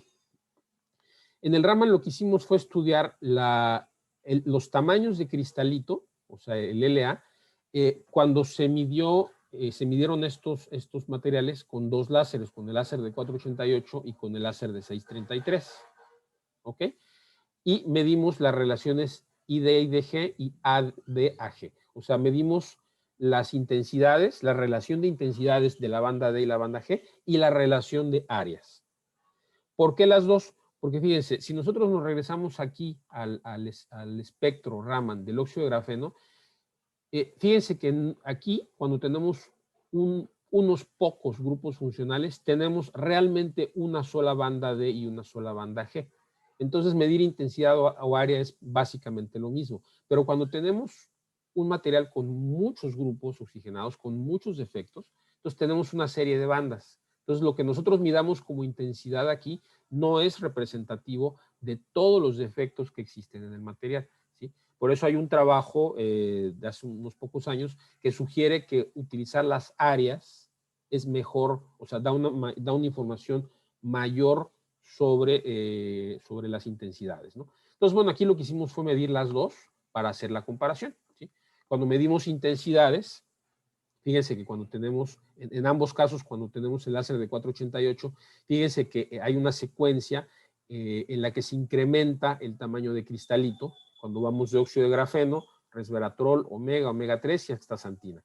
Esto nos quiere decir que el tamaño de cristalito pequeño, y digo pequeño porque recuerden que cuando medimos con longitudes de onda pequeña, vemos los dominios pequeños, esos cristalitos pequeños se están haciendo más grandes, ¿sí? Y por el contrario, cuando nosotros medimos los de 633, estos cristalitos se hacen pequeños. Diciendo, bueno, ¿qué es lo que está sucediendo? ¿No? O sea, ¿está mejorando o no está mejorando? Bueno, sí, porque resulta que estos cristalitos pequeños son los que indican que el orden general dentro del material está aumentando. Se están formando nuevos dominios SP2, que son los que definen al grafeno. Y al irse formando nuevos dominios SP2 y aumentar de tamaño, mejoran las propiedades eléctricas, que fue el caso. Aquí no lo muestro, pero en el caso de la astaxantina fue la que tuvo mejores propiedades eléctricas de toda esta serie. ¿Ok? Entonces, bueno, este es un estudio un poco más a fondo, tomando información del Raman para obtener propiedades estructurales del óxido de grafeno reducido. Bueno, y ya, bueno, ya nos estamos acercando al final. Les platico que aquí este equipo de Raman se compra a partir de un proyecto de ciencia de frontera auspiciado por el CONACYT, que se llama Análisis Microscópico in situ e inoperando de los efectos del grafeno en materiales para energías limpias. En este proyecto participamos investigadores de todas estas instituciones, de aquí del Politécnico por parte del CICAT Altamira, participo yo, el doctor José Luis Fernández por parte del CICAT Alegaria.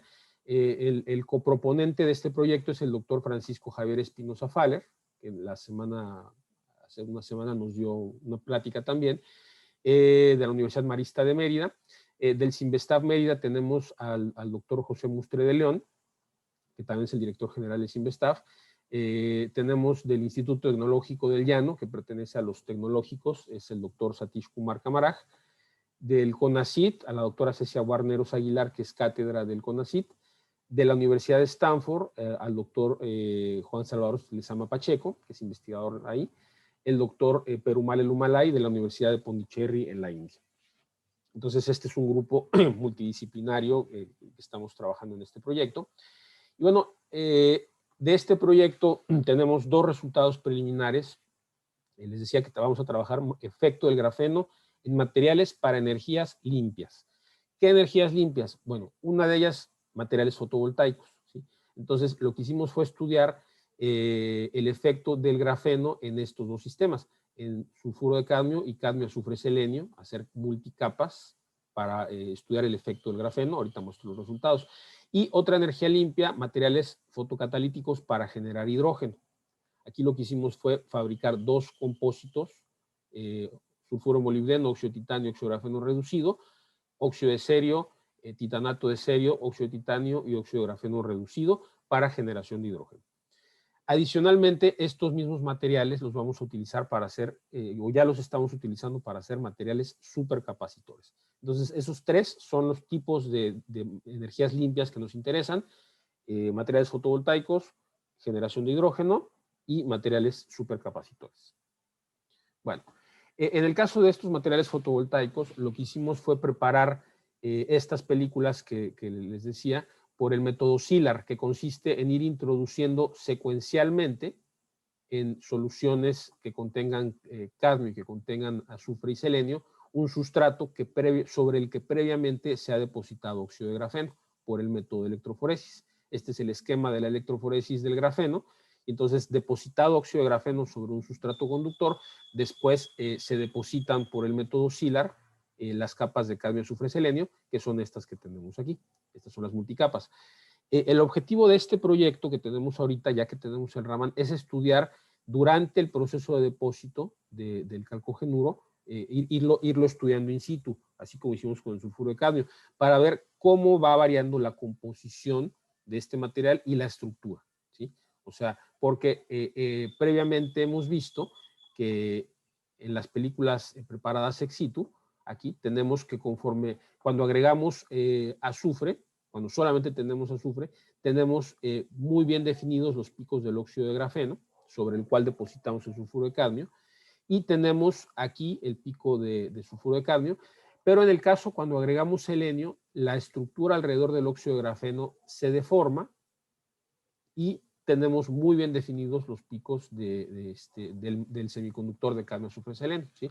Entonces esto, en la presentación que dio el doctor Farley la semana pasada, lo que vimos es que hay un cambio en la estructura local en el que hay un enlace químico entre la base de carbono del óxido de grafeno y el semiconductor, y esta cambia dependiendo de si usamos cadmio, azufre, selenio o utilizamos sulfuro de cadmio. Entonces ahora lo que sigue es estudiar esto in situ y posteriormente estudiar nuevamente por absorción de rayos X cómo varían esta estructura. Bueno, en el caso, les decía, de los fotocatalizadores para generar hidrógeno y los supercapacitores, estos son los dos materiales que hemos preparado. Aquí tenemos el compósito de molibdeno, titanio, grafeno, en los cuales tenemos el polvo y tenemos nanopartículas bien distribuidas sobre la matriz de grafeno. Y en el caso del compósito que contiene cerio, aquí lo que tenemos es la formación, se ve muy poco, pero bueno, tenemos la formación de un compuesto intercapa entre el óxido de titanio y el cerio, que es un titanato de cerio. Cuando estudiamos esto por Raman, bueno, aquí pudimos identificar cuáles son los componentes. Por ejemplo, tenemos óxido de cerio, tenemos óxido de titanio, tenemos aquí los grupos asociados al sulfuro de molibdeno, y aquí abajo los del óxido de grafeno prácticamente se ven muy poco, están aquí, ¿ok? Y lo que estudiamos fue el desempeño de ambos materiales, tanto para supercapacitores. Estas son las curvas de carga y descarga del compósito que contiene cerio. ¿Sí? Aquí el material se carga y aquí se descarga.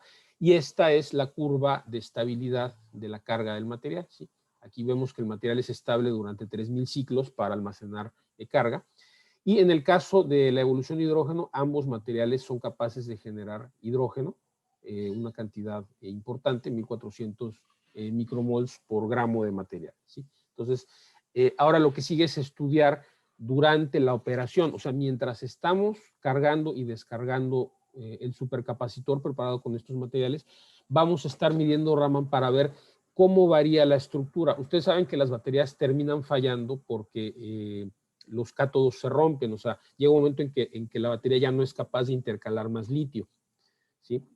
En el caso de los supercapacitores también ocurre un fenómeno similar, el material acaba fracturándose y el objetivo de estudiar por espectroscopía Raman y por absorción de rayos X este sistema es ver cuáles son los fenómenos que dan lugar a la falla de estos materiales y además cuál es el efecto del grafeno en la mejora de la producción de hidrógeno y en la mejora de la carga y descarga de los supercapacitores, ¿sí? Entonces eso es a lo que va el proyecto y es para lo cual compramos el espectrómetro de Raman.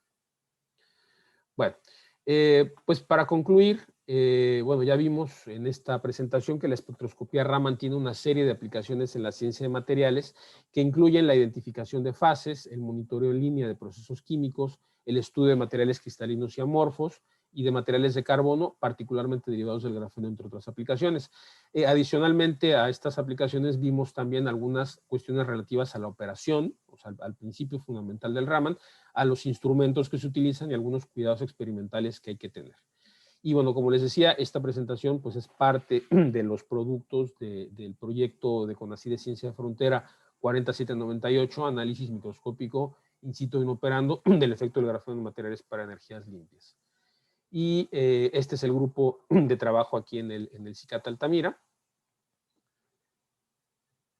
Y bueno, les agradezco mucho su atención, gracias por estar aquí y quedo a las preguntas que ustedes quieran hacer sobre este tema. Muchas gracias.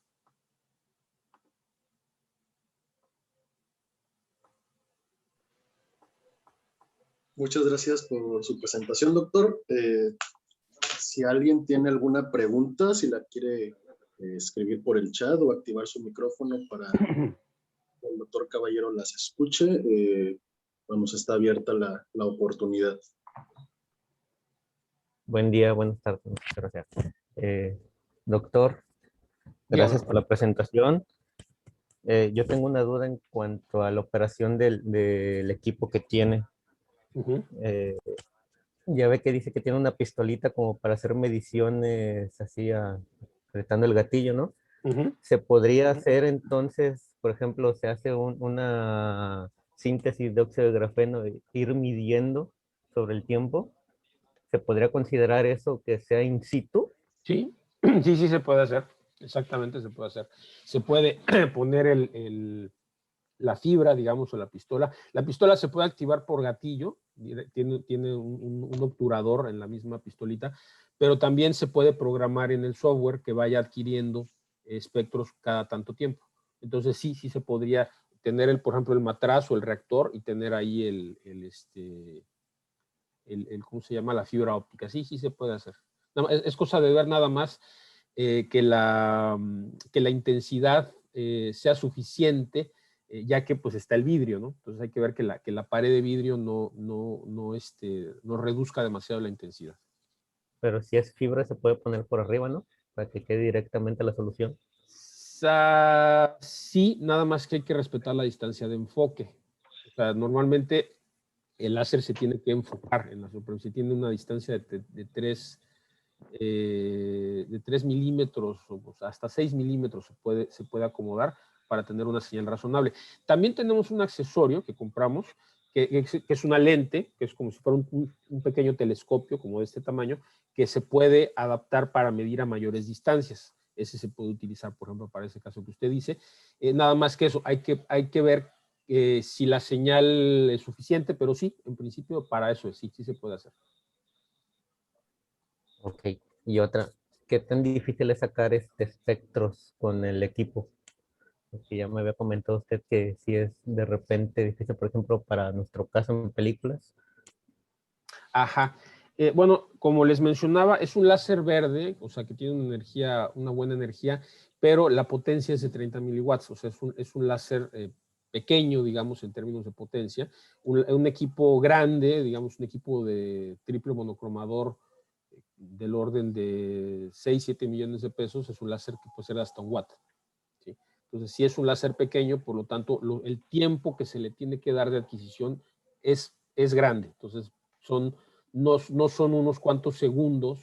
Depende del material. Por ejemplo, para líquidos, que fue con lo que se probó primero, es instantáneo. Son unos cuantos milisegundos que toma la medición, porque en el líquido el efecto es mucho mayor.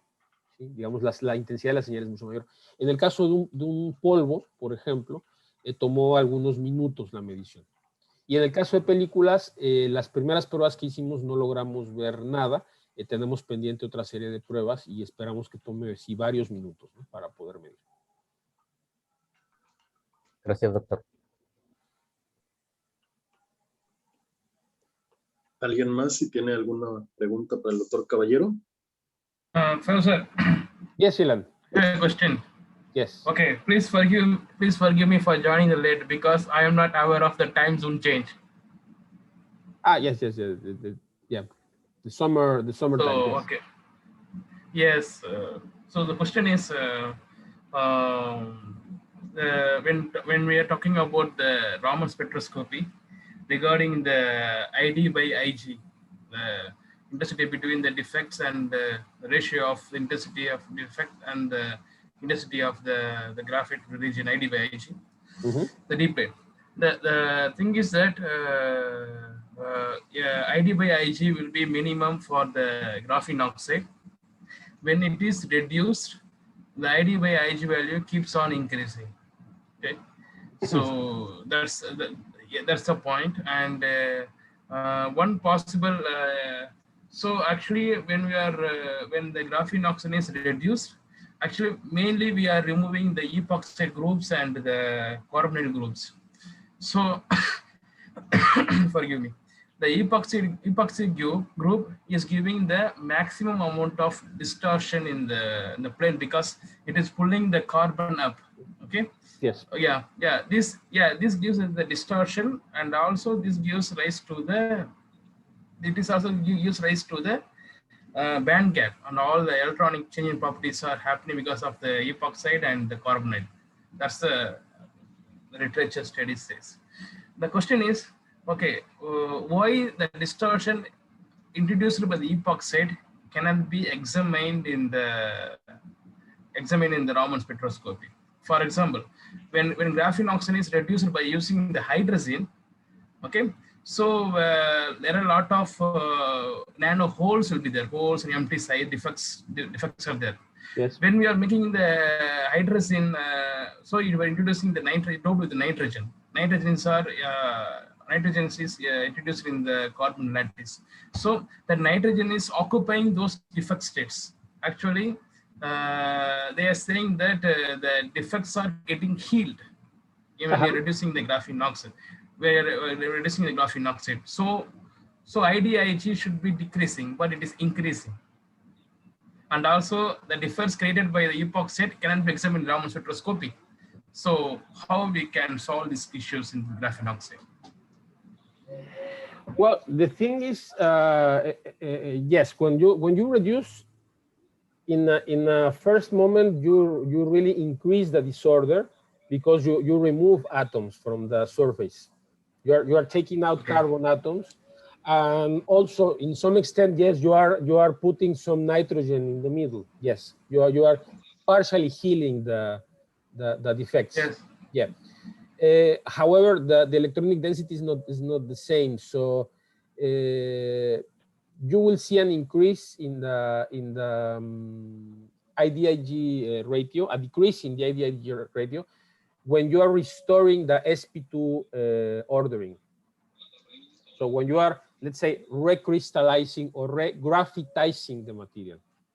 When the material becomes graphite again, then you will see a reduction in the IDIG ratio. On the other hand, you could probably see the nitrogen groups in Raman spectroscopy if you do carefully the experiment. The question is, people usually look for only the region of the ID of the D and G band, and is not looking, for example, for the carbon nitrogen group. Yes, it would probably have a Raman band somewhere, and you could make some inferences about that, no? But it has to be seen with care. Okay. Okay, but one explanation we can give regarding the IDJ by I value is keep on increasing for reduced graphene oxide, even though it was healed. One possible information currently we are discussing is when we are reducing the graphene oxide, the carbonyl and the epoxy groups are getting reduced, and the amount of hydroxyl group are getting increased. So when hydroxyl groups are introduced in the during the mechanisms we are discussing in structure, maybe in the paper, that's another detailed explanation. Yes, indeed. Yes, so, but we discussed in our paper the reason already. Because one, okay, you have the carbonyl group is like this. You have the yes, oxygen here. So when you open the carbonyl, you will probably form some hydroxyls, and then of course, increase the disorder, let's say, no? Yes. Yes, the mechanism with the hydrogen is it involves the hydrogen abstraction, hydrogen is going out. So they have some complex mechanisms are involved. But the good reason thing is that when graphene is reduced, it leads to the increasing amount of hydroxyl group. So the oxygen which is present in the hydroxyl group is pulling the carbon atom 0.37 degree Armstrong when compared to the neighboring atom. So this pulling leads to the higher distortion in the carbon lattice, and it may be the reason for increasing amount of 5D by Ig. That's the inference we are making currently, because these are two separate things. This having some kind of hypothesis, maybe we discuss. So okay. Maybe because of hydroxyl thing. A complementary measure for that could be doing nuclear magnetic resonance, for example. That will tell you about that distortion, that structural distortion around one type of carbon. And check the evolution of 2D band too. Also actually is used for that.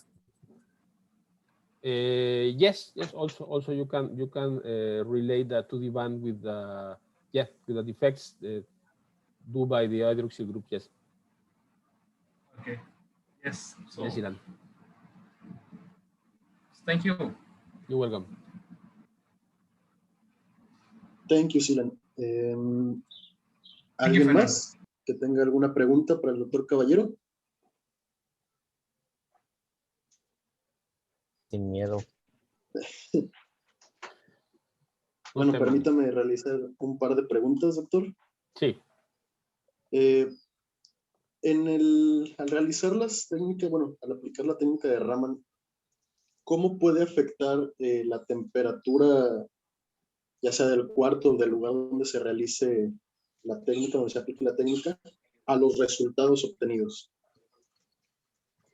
Bueno, como decíamos al inicio, puede haber un corrimiento en las bandas, ¿no? O sea, la temperatura del material sí influye en la posición absoluta de las bandas. Incluso en el ancho, ¿no? Ahora sí que dependiendo de qué tan alta sea. También es no solamente la temperatura del cuarto, sino mientras más tiempo se esté exponiendo el material al láser, el material también se calienta. Entonces, puede haber una evolución del ancho del pico con el tiempo de medición. Pero sí hay un efecto de la temperatura sobre la medición. Por eso, normalmente, todos los instrumentos en general deben de mantenerse en un cuarto con la temperatura lo más controlada posible y también con la humedad lo más controlada posible. Entonces, sí. Okay. La otra pregunta, creo que le mencionó anteriormente a Rafael, sobre la focalización del láser. ¿Raman se puede utilizar solamente como una técnica focal o se puede realizar un barrido con el láser? No, se tiene que enfocar. O sea, el láser se enfoca y lo que se puede hacer, a ver, hay también otras variantes. Se puede hacer un mapeo, ¿sí? O sea, en una superficie se puede Sí, o sea, en realidad sí es, digamos, como una especie de barrido, ¿sí? Porque se va tomando espectros en un área, y entonces lo que se miden son las intensidades, o sea, se mapean las intensidades de las bandas de interés en esa área. También se puede hacer confocal, que ese es el Raman confocal, que lo que se hace es variar la profundidad del foco en Z, y entonces se puede obtener información del volumen. Nada más que para eso sí se necesita una configuración especial, o sea, la óptica de confocal propiamente. Ok. Pues eran las dos preguntas que yo tenía. No sé si alguno de los... Muchas gracias, doctor. Gracias. Si alguno de los demás participantes tenga alguna duda que quiera externar. Hola. ¿Escucho? Sí, se escucha, Sergio. Sí, adelante. Buenas tardes. Bueno, sí, Buenas tardes. Tengo una pregunta, solo creo que una. ¿Qué tan destructiva puede llegar a ser esta técnica? Comentó que puede ser, que puede dañar la película o ahora sí, pues sí, el material.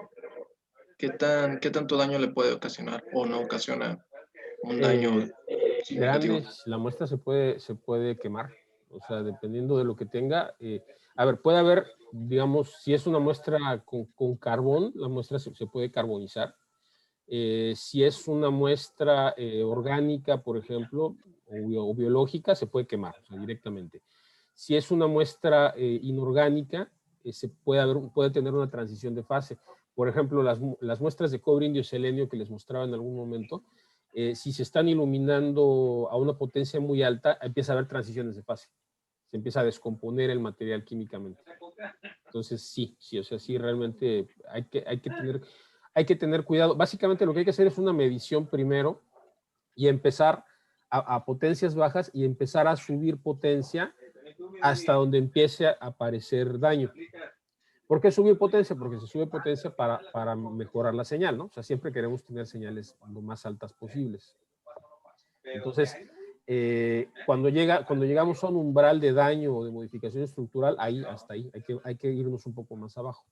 Igual con los tiempos de exposición. Si están exponiendo la muestra, se expone durante el menor tiempo posible y se aumenta el tiempo hasta que se tiene la mejor relación de señal-ruido.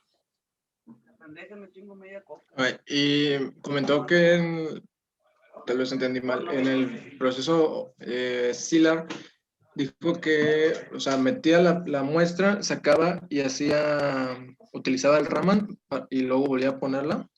Lo que queremos hacer es como hacerlo en línea.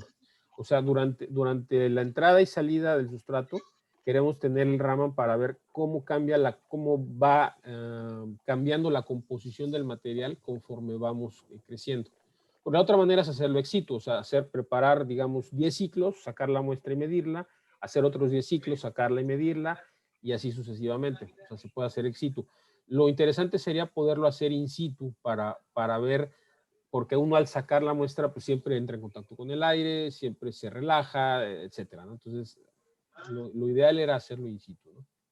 Vamos a ver si se puede en realidad, porque depende de los tiempos de adquisición.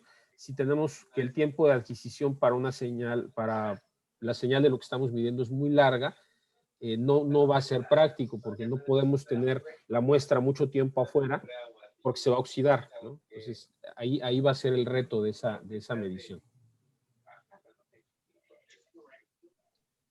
Ok, entiendo ya. Muchas gracias, doctor. Sí, Sergio, mucho gusto.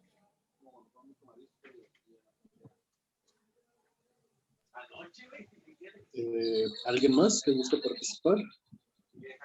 Doc, tengo una pregunta. Dígame. ¿Podemos ver donde nos muestra las adquisiciones Raman del óxido de grafeno? Ah, sí, cómo no. Mi pregunta va más sobre la adquisición de datos, más bien el tratamiento de los datos, porque me entró esa duda. A ver, del óxido de grafeno, por ejemplo, aquí. Por ejemplo, esa. Ahí se ve, ¿verdad? Okay. Bueno, usted menciona que, por ejemplo, cuando tenemos grafeno pues puro, digamos, hay dos picos bien definidos, ¿no? Aquí. Y vemos, el grafeno prístino. Pero bueno, cuando vemos la respuesta del óxido de grafeno, aparecen esas bandas, que son las anchitas, no son bandas como tal. Son bandas, sí. Pues sí, perdón, son bandas. Entonces mi pregunta va, usted obtiene, por ejemplo, esa banda LED. O sea, ¿cómo obtiene esas, digamos, esas subbandas? ¿Cómo descompone esa banda? O sea, tengo curiosidad. ¿Es un tratamiento de datos o qué consideraciones se hacen Es para un, partir del... sí, es un tratamiento de datos. Es un proceso llamado de deconvolución. O sea, ahí lo que se hace es irse al software de uso preferido, al que tenga uno en la computadora. Y fíjese, aquí es que es bastante claro. Aquí se ve un hombro, aquí se ven otros dos picos definidos, aquí se ve otro, ¿no? O sea, se ve que abajo de esta banda hay 4 bandas, ¿sí? También aquí abajo de esta se ven varias. Entonces, lo que se hace en el software es indicarle que busque en esta región 4 picos. Y uno le dice qué función. O sea, los picos pueden ser picos gaussianos, picos lorentzianos, picos pseudo-Voigt, etc. En el Raman se conoce que es un proceso lorentziano. O sea, la curva lorentziana es una curva asimétrica y que normalmente tiene estas como alas a los lados. Normalmente puede ser más ancha de un lado que del otro. Entonces, el efecto Raman da un fenómeno que se modela con una curva lorentziana. Entonces, yo le digo al software, ok, debajo de esta banda encuentra 4 curvas lorentzianas con estas posiciones. Yo le fijo las posiciones iniciales, ¿sí? Entonces, el software de ajuste me hace una primera aproximación, me dice, ok, me propone 4 picos, y yo puedo decidir si acepto esos picos o le pido que ajuste el ancho del pico, la posición del pico, la intensidad del pico, que son los 3 parámetros que ajusta normalmente el software, ¿sí?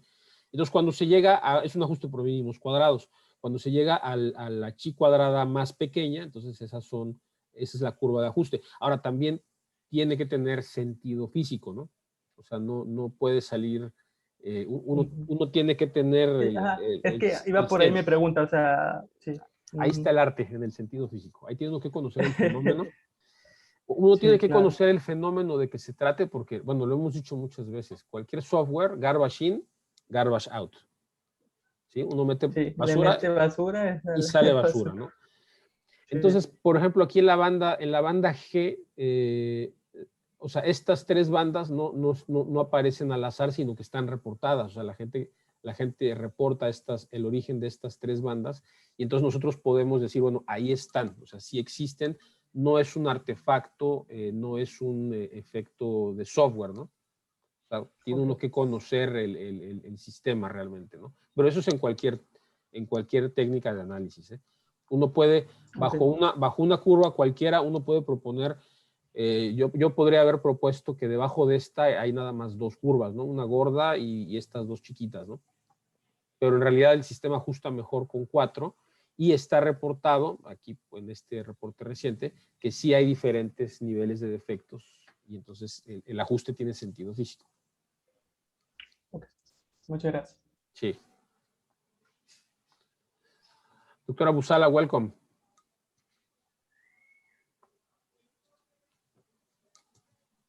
Thank you. I cannot connect this meeting. No, don't worry. We are going to record it and we are going to upload it to YouTube. So I will send you the link. It is in Spanish, unfortunately, but well, you can see the slides. The slides are mostly in English. So if you're interested, we'll be there. Okay.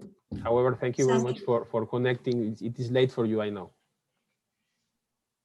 Thank you very much. La doctora está en Azerbaiyán. Se conecta, colabora con nosotros. ¿Alguna otra pregunta, jóvenes, que quieran hacer? Buenas tardes, doctor. Muchas gracias por su presentación. Yo nada más tengo una pequeña duda. ¿Este equipo está disponible ya para uso en la investigación de los alumnos? Bueno, el equipo lo pueden solicitar que se les midan las muestras. O sea, para que los alumnos lo operen, no, pero sí para que puedan pasar sus muestras. Y bueno, poniéndonos de acuerdo, si quieren ver cómo se hace todo el proceso, pues podemos ponernos de acuerdo un día y vamos y les mostramos cómo se hace el asunto, ¿no? Tanto yo como la maestra Cecilia vamos a ser los que estemos accediendo al equipo. ¿Sí? Entonces, muy bien, muchas gracias. Si tiene algo que quiera medir, pues nos avisa. Me avisa y yo ya lo canalizo con la maestra Cecilia o voy yo y hacemos las medidas. Y puede ir usted a ver, ¿no? Para que vea cómo se opera, ¿no? Muy bien, perfecto. Le agradezco mucho. ¿Cómo no? Muy bien. ¿Alguien más?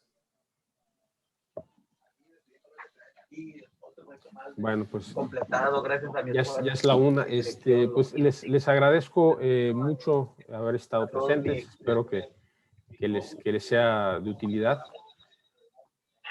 Y bueno, el equipo ahí está y cualquier cosa, pues estamos a la orden.